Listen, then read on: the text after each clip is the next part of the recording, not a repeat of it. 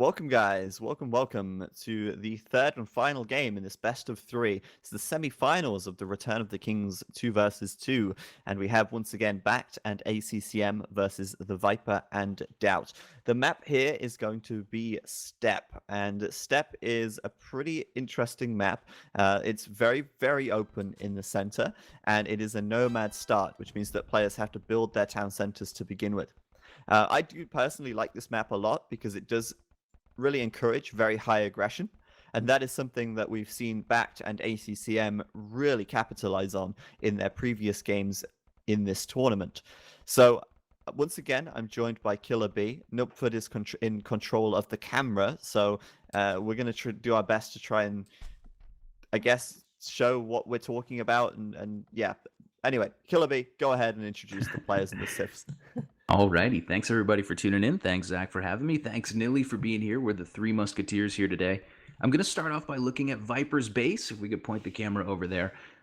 So this is a game where you start off, you build your TC, you get to choose the location. Viper has chosen the back area of his base, a nice wood line with his berries adjacent to it. Viper here having a rather wallable map. If he wanted to block himself in, he could. But of course, in a 2v2, that might hurt his teammate DauT. We will see Viper playing as Mayans. To the south of the Viper will be the red player DauT. DauT will be playing as Indians, a very strong, well-rounded civ. DauT's TC is actually interesting. It's not on a wood line back like you might see in a nomad start. It's going to be forward on the berries. It's an interesting TC in my opinion, but I think it will do a good job to protect a little bit of everything inside of his base. There'll be a couple of safe resources just about everywhere.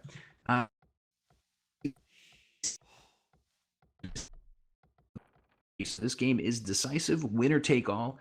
They will go on to the finals of this tournament. So all the pressure is on the line. We'll see BacT here in the blue playing as Persians. His TC is going to be jammed right up against a wood line, something you might expect. He'll also be adjacent to a decent sized 5-panel gold pile. So all in all, not a bad TC generation there, or TC drop there from BacT. I think he'll be just fine. His teammate ACCM is going to be playing as Ethiopians. It's a civ I haven't seen a ton of. Maybe I haven't seen it very much in the last couple tournaments, but a strong civ here. We'll see how this game goes as we move along. His TC is going to be adjacent to a wood line, berries, and a gold pile. So a really nice TC from the purple player. All in all, everybody's got their TC up. Everybody's got their eco going. Players are lured in boars. They're getting ready for this decisive game 3. And we'll watch it unfold as we move through it. Yeah, good point about the placement from DauT, not against the wood line. But I think he's going to have no problem securing his wood anyway. If you look at the trees, he can easily build in towards his TC to make a kind of choke point with that. But one thing that really interests me about this map is the center. The fact that it's basically, there's nothing here. There's no trees at all. The only thing you'll find in the center of this map are a lot of deer.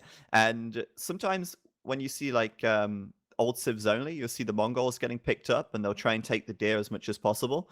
Oh, wow. Up at the north of the map, ACCM just lost a villager luring in that boar there. That's a pretty unfortunate start for him. And that will put him down to just 14 population, whilst everybody else is up at 16 or 15 at the moment. So unfortunate for ACCM losing the Ville. But as I was saying, the deer in the center, if you can push them in with your scout, that's great. But usually they're quite far from your TCs. And sometimes you see players taking like the Mongols, and they'll just go out and grab the deer with a group of villagers and then walk them all the way back home.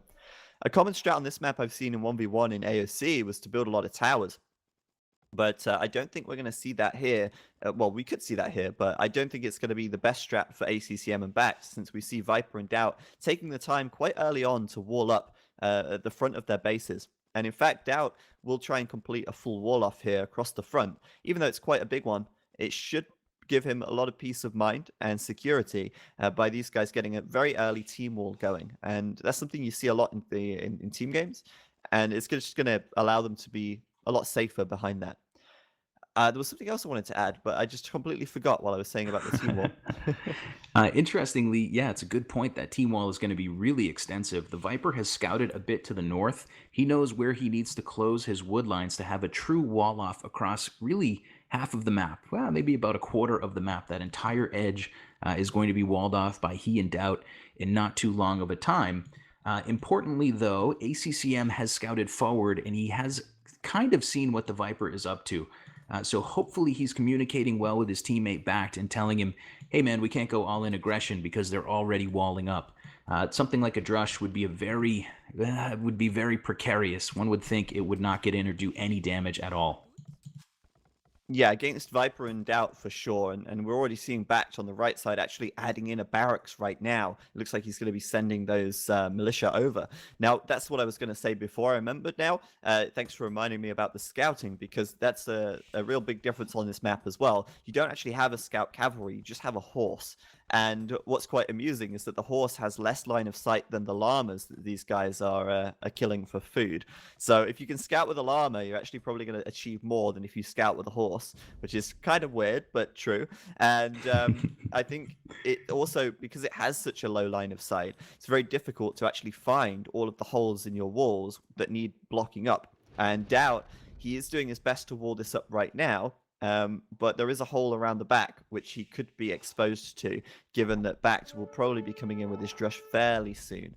Also, DauT and Viper both losing their scouts underneath the town centers of ACCM and BacT here. So Wow. neither of them have their scouts up anymore, whilst ACCM and BacT do have their scouts. That could prove to be quite valuable to them if BacT is going to be drushing here. Yeah, interestingly, BacT is going to be towering alongside a drush that might turn into Wow. men-at-arms, I would think, based on the 4 villagers that he's sending forward. Like you said, towers are a very viable strat here. So a forward, maybe a tower or 2. We'll have to see what the blue player does as we move through. But yeah, huge advantage for ACCM and BacT killing their opponent's scouts. That's going to leave them totally blind to something like a forward. So we'll see if this can work. We'll see if aggression can once again be the saving grace for BacT and ACCM. Yeah, I'm a little bit worried for BacT though. I mean, he is coming forward with the 4 vills. He will drop the watchtower on the wall. And I mean, I was saying before that building a lot of towers on this map, it is a viable and a common strategy. And in fact, we're even seeing ACCM coming forward. The reason why I said I don't think it's going to work too well is because they're already walled up. And this gives DauT and Viper a lot of opportunity to defend now. However, this is just typical of BacT and ACCM, isn't it? This just goes, it stays true to BacT and ACCM's playstyle of super high aggression. We see BacT dropping an archery range as well, and now he's got the tower here. He should be able to break through this palisade wall pretty quickly. He's already got the man-at-arms upgrade hacking away at that, and the tower's going to make sure that DauT cannot come behind this and re-wall it. So there's already a hole, and BacT now is in. DauT's reaction is going to be trying to quick wall up towards his TC and make a choke point, which he's already done. And this is what I was talking about just, it's kind of difficult for these guys to do a lot of damage here. BacT is going to struggle to do the damage, I feel, and DauT has plenty of time and opportunity to defend this. Interestingly, DauT is going to be the first one to build the tower, the next tower. He's going to drop his tower in defense on his gold, which is going to tip his cap. The blue player BacT here is going to know where not to put a tower. There is no stone inside of the red base right now, so we're not going to see any more towers from DauT for the moment unless he gets up a market, which he's building as we speak. That's really interesting. BacT has villagers on stone. He can drop more and more towers as he rolls forward. We'll just have to see what he can get done. And right as I say that, another watchtower coming in from DauT. He's going to have sold some resources, I think, to buy some stone. So he is going to tower up as well. He definitely bought stone, and that's a really good point, actually. Those 3 stone mines at the tower of BacT there on the front, they are actually all denied by that single tower right now. So huge point to make. And I think DauT, he should be able to defend with these 2 towers for now, but his villagers are getting a little disrupted on the wood line, to say the least, and it's not going to stop BacT from building more towers anyway. Now, it's all going to come down to keeping this tower up, because if that goes down, then it just gives another route for BacT to open the wall and to come in again and keep killing these vills, I guess. Now, on the other side of the map, ACCM, he is getting, like, as we saw with the tower, nice and aggressive, but Viper's already walled it up. Mine's cheaper walls, just going to go ahead and stone wall this, and there's no real way that ACCM is going to break through here and get through here now.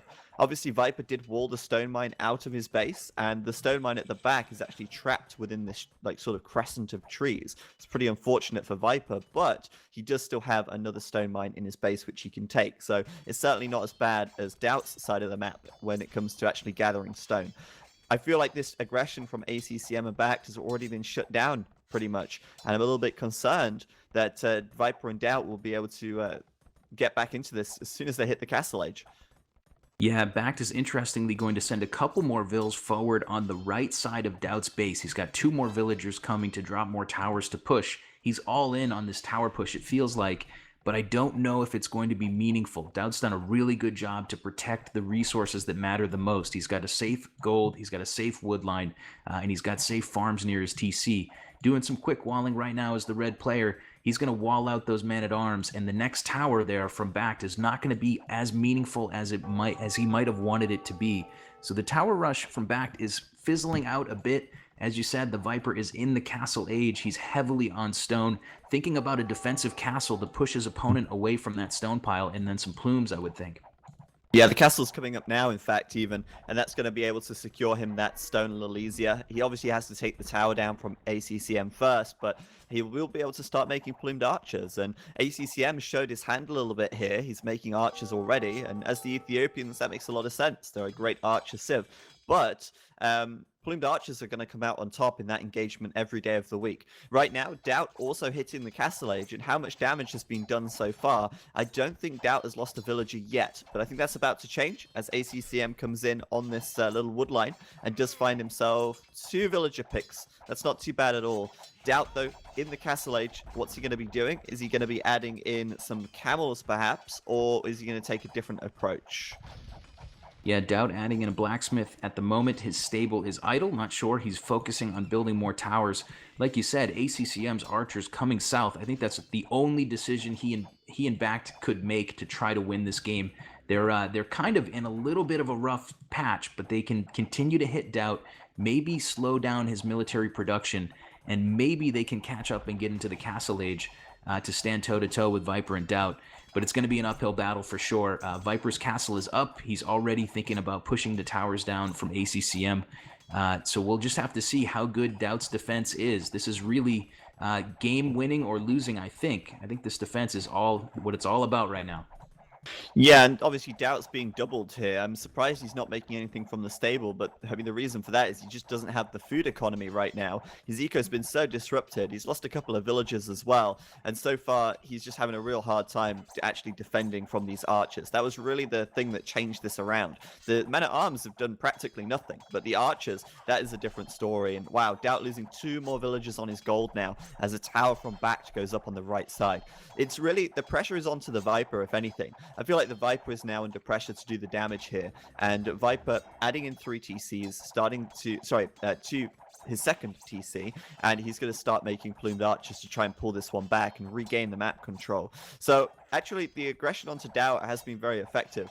DauT now building a siege workshop, looking for a defensive mangonel. That should be enough, but he's got no access to wood right now. Both of his wood lines are completely denied, and without wood he can't really be making siege units, and that's why he's had to use his market to buy that wood at this stage of the game, which is never ideal. You don't want to be buying resources unless you really have to, and DauT has already been forced into a position where he's had to buy stone and wood this game. Yeah, BacT is lurking as well. He's got a couple of units to the west of the TC here of the red player DauT, and he's going to deny those little straggler trees, which were all that DauT had to take for a little while there. So it's really, really bad news right now for the red player. This all-in sort of push from BacT and ACCM, 2 players who are still in the feudal age. BacT has not clicked up. ACCM has not clicked up either. Both players stonewalling themselves in and doubling down here on the red player. They're all in right now for this. Yeah, they're really like committed to actually doing the damage at this point in the game, so much so that they are, like you say, walling up back at home. And that, you know, that's also due to the fact that Viper is in the castle age and they saw the castle from the Viper, so they know the plumes are coming, and so they have, you know, already taken the precaution here of walling up nicely. Now we've got Viper sending some resources over to DauT, just a little bit of wood to help him produce more mangonels, and with the mangonels DauT should be able to defend, but it's still going to be some time before he manages to get his economy back in shape. And right now, look at that, his entire economy, every single one of his villagers gathering from that single gold mine. That's ridiculous. But DauT really has no other choice. He cannot gather resources from anywhere else until these towers go down. So credit to BacT and ACCM here for basically crippling DauT at this stage. But Viper's still something to be very concerned about, I feel. Yeah, it's interesting. The towers are going to be really up for a little while longer than they might be if the Viper had a Civ that might have knights or something of that nature. The fact that he's having to build plumes right now, not really the best unit to rush down towers with, is going to allow BacT and ACCM to cripple DauT for a lot longer than he might have if there was a different Civ choice here from Viper. But for the moment, it does look like DauT is holding his own. He's going to start pushing back with some mangonels. He's just had to spend all of his resources selling and buying from the market to build mangonels, and it's really chaotic for him. He's not going to be dead after this, but he's going to be really slowed. He's in the Castle Age, but he still hasn't really been able to have an effect on the offensive end at all. Yeah, just defending for now, but once the second tower is down from BacT at the south, I think he's going to have no problem getting back on his resources and back on his feet. Problem is, he's not added a second TC yet. He's only made a couple of defensive mangonels. So far, being in the Castle Age hasn't really brought him many benefits, other than the fact that maybe these mangonels prevented him from dying already. However, on the left side, Viper actually did kill quite a good number of units from ACCM. He's busted out of his own base. He's taken down the towers from ACCM there as well. And those plumed archers are rolling out with fletching right now. And since BacT and ACCM are still in the feudal age, Viper has no doubt that his army will clean up anything that BacT and ACCM has to throw at him. So he's going to be feeling pretty confident moving around with these plumed archers. But as you said, they're not exactly the best units for taking down these towers. And that's what we've got DauT's mangonels here for as well. So BacT still kind of keeping his villagers here. The 5 villagers that came forward still hanging around, still building more towers. But I feel like he's going to have a hard time just keeping them up. And maybe he should actually task these villagers to something else right now, because he knows that BacT has the mangonels. And now Viper's coming in with the plumed archers as well. We're going to see some of these dead units and maybe a couple of dead vills. Nope. Oh yeah. 1 dead villager, 2 dead villagers. What is BacT doing? What is he doing? I don't know what he's up to here. He's garrisoning and garrisoning. It's not looking that great for BacT. He is going to get cleaned up. This is exactly the type of moment that you'd want to see in a decisive game. A player like the Viper, who is so good in the clutch, he's really got pressure on him to help his teammate out and get his teammate back on his feet. It does look very promising for them right now. We're seeing the University coming down from the Viper. We'll see Ballistics soon. We're also seeing him somewhat close to building another castle. So he's playing this one very nicely. But the pressure really is on the yellow player here, and that's probably exactly where you'd want it if you're on the Viper and DauT's team. Yeah, I also want to add as well that, okay, BacT is just in the Castle Age now. ACCM is on the way up to the Castle Age now. But by the time they actually field many units, I think Viper's already going to have quite a good number of plumed archers out. Not to mention the fact that, as you said, the University is coming up, so Ballistics is on the way as well. He's already got... let me just very quickly check. He's already got 24 plumed archers. He'll be able to deal with any crossbows that ACCM adds in. He's going to be able to deal with basically any units right now. And it's going to be difficult for ACCM and BacT to actually mass enough units to engage toe-to-toe with the Viper in this game. And I think maybe it's time to just give up on this forward. It's clearly been shut down and cleaned up right now. And I think maybe they need to just kind of sit back behind their walls and actually boom up a little bit and try and catch up to the Viper after crippling DauT. If both of them were to just turn and boom, maybe they'd be able to kind of draw things even a little bit. Yeah, and I think we're seeing a little bit of that with with BacT adding in a second TC, maybe a third on the way soon. ACCM for the moment is going to spend his wood on a University. So he's thinking about Ballistics as well so that he can stand a little bit toe-to-toe with Viper's plumes, although that may not really be an option. There's a lot of plumes, like you said, on the map, and a couple of mangonels from the red player. It's going to be really tricky for the purple player here to do anything very effectively with his archery range units. Yeah, it's going to be really tough. For now, though, he has actually stopped the castle from Viper going up on the front.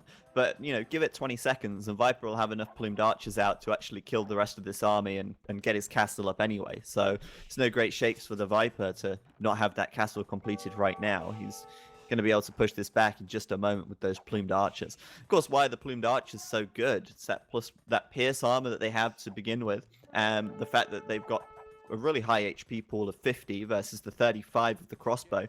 And you know, he's going to be able to engage this in just a second. He's just finished up +1 defense as well, and that means he's now going to be rolling out and just waiting for the right number of units to actually engage fully. He's actually got another group of units behind, so I think this is going to be a dead ACCM army in a second, as Viper's going in for a very traditional pincer type move here. I like this. Yeah, it's a beautiful pincer. He's going to catch him from both sides with plenty of units to get the job done. There's a skirmisher or two mixed in there, but it's not going to be enough to really tank the arrow fire coming in from the plumes. And the Viper's going to go and finish building his castle, or he's going to continue building his castle before this fight is even over. Great job to clean up the purple player there in the middle. Great pincer move. Viper's really building his base in a way that makes it very difficult to raid by archers. The TC in the previous castle really create a pinch point that no group of crossbows can really run through. ACCM adding in a siege workshop to the north, but he's so far behind on military production that it's hard to imagine a Mangonel making the difference at this point. But we'll see. We'll see how good his micro is. But yeah, for the moment, that is really where the action is. We've seen the blue player BacT add in a third TC. He's booming up his eco. ACCM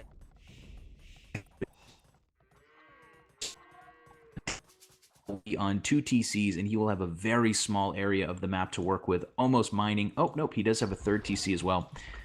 Mining a new piece of gold, but he does need to expand his horizons as he continues to knock down towers. Yeah, I think the big story here is really just the Viper. You know, the game is really on his shoulders right now, and he could carry this game to victory before DauT even makes a really big impact on this one. Because just look at his score. Just look at that. He's got 1.5k score ahead of ACCM. And okay, sure, a lot of that is actually going to be scouting as well, because he did scout a lot. But the point is, he's going to do a lot of work with these plumes right now. He's just finished up Bodkin Arrow, and he's just straight into ACCM's wall. That's like, you know, 15 plumed archers here, and ACCM has no defense. Where's the siege workshop? It's on the other side of the map. That's not where the siege workshop needs to be to defend your economy. Viper here, even running under the TC, he doesn't care, because these plumed archers can take it right now. Losing, what, 2 plumed archers as he runs under the TC? Absolutely worth it for the amount of damage he's going to be able to do to ACCM's economy. And ACCM is going to really struggle getting back on his feet after this kind of raiding. And he's going to struggle to clean up these plumed archers at the back of his base as well. Yeah, it's absolutely the right move to run under the TC there. Siege Workshop coming from ACCM in defense, but it's too little too late. He's being raided here pretty heavily. Viper on his wood line, just out of the range of the TC for the moment, grabbing down villagers, harassing economy, making ACCM basically have to take stone. That's really all he can do safely in that corner of his base. ACCM does have a third TC that's outside of his walls, which is still safe, but yeah, huge disruption of his eco right now. Viper's score lead continues to grow. He's in great shape, and DauT has been really just booming for the last, I don't know, 5-10 minutes of game time. He's been in great shape. Look for DauT and Viper to maybe take this game relatively soon. They're in a great position. Yeah, they can definitely close it out very soon. And Viper now on the way up to the Imperial Age as well. That's, of course, going to be huge, since he's going to be the first one up by quite a way. And he's also going to be able to upgrade those plumed archers even further. And we've already seen the amount of devastation they can do. Still, a group of them in the back of ACCM's base right now. Now, I was saying before, like, you know, they could have taken the Chinese instead of the Mayans, but Viper is just a fantastic Mayans player, and I think having the plumed archers and the mobility on this map that comes with the plumed archers is probably a little more valuable than what the Chinese could bring into the game. So I really like that, and Viper here has so many plumes out already, and we could just expect that number to grow right until he hits 200 population. Viper here at 150 pop, BacT at 97, and ACCM down on 63 is very much looking like ACCM and BacT will be going home very shortly after Viper hits the Imperial Age here and gets his third castle up. This is the perfect position for a Mayan player right now. No pressure on Viper, 3 castles up safely, and mass plumed archers coming out.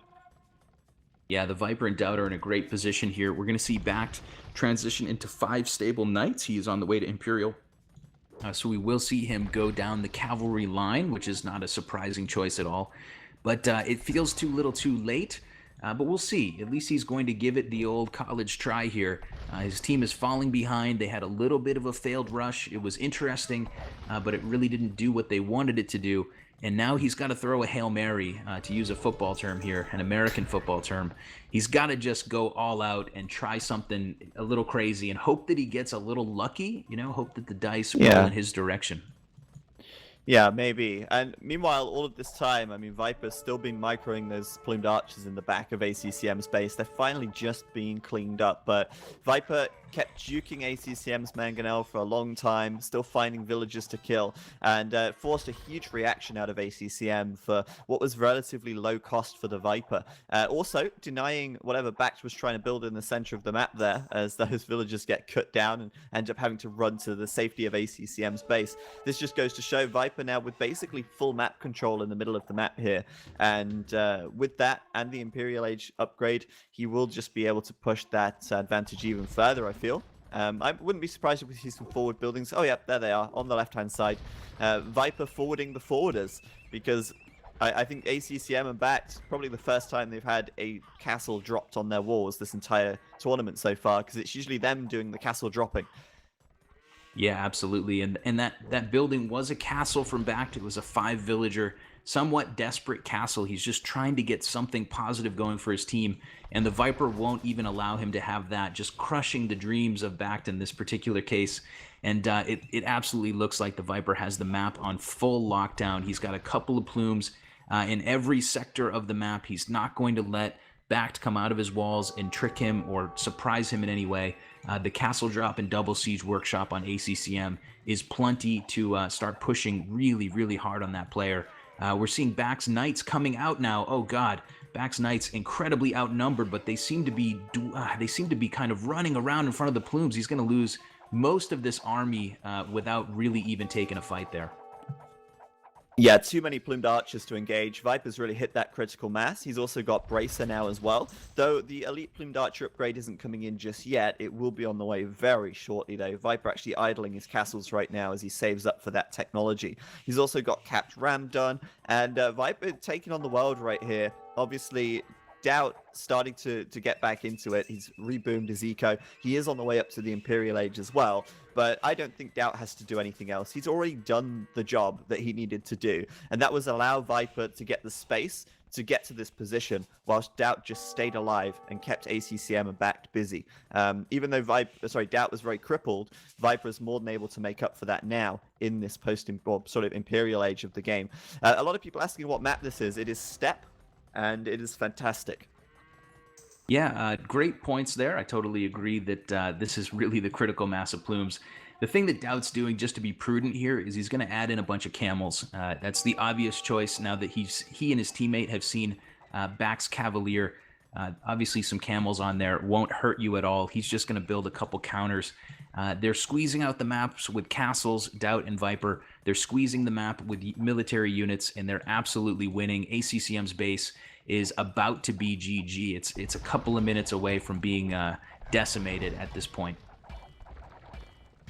Yeah, man, that's going to be so bad as this TC goes down and the castle as well. And, you know, the Ethiopians are a great archer civilization. Their archers fire 15% faster, or they reload 15% faster, I guess. So they can really put out a lot of great archer units. But against the Mayans, I feel like they don't really have a solid answer to them. I think the only way they can deal with the Mayans here is a lot of siege, and ACCM, still in the Castle Age, couldn't upgrade Onager, and he was just too far behind after Viper's raiding to really be able to put up any kind of defense against these elite plumed archers and capped rams, and that, of course, will be the GG.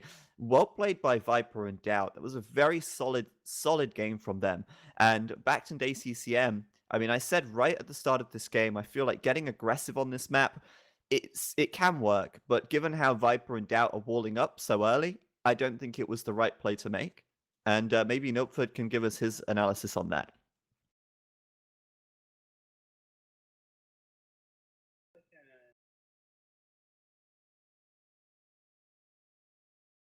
Okay, now I'm muted. I think the forward is obviously very tough on this map. It feels very blind. You don't have a real scout. You can't really see how the map looks like, and people can have perfect TCs close to wood, close to berries, and close to gold mines. And the TC of DauT was probably as bad as possible, therefore BacT has a nice advantage.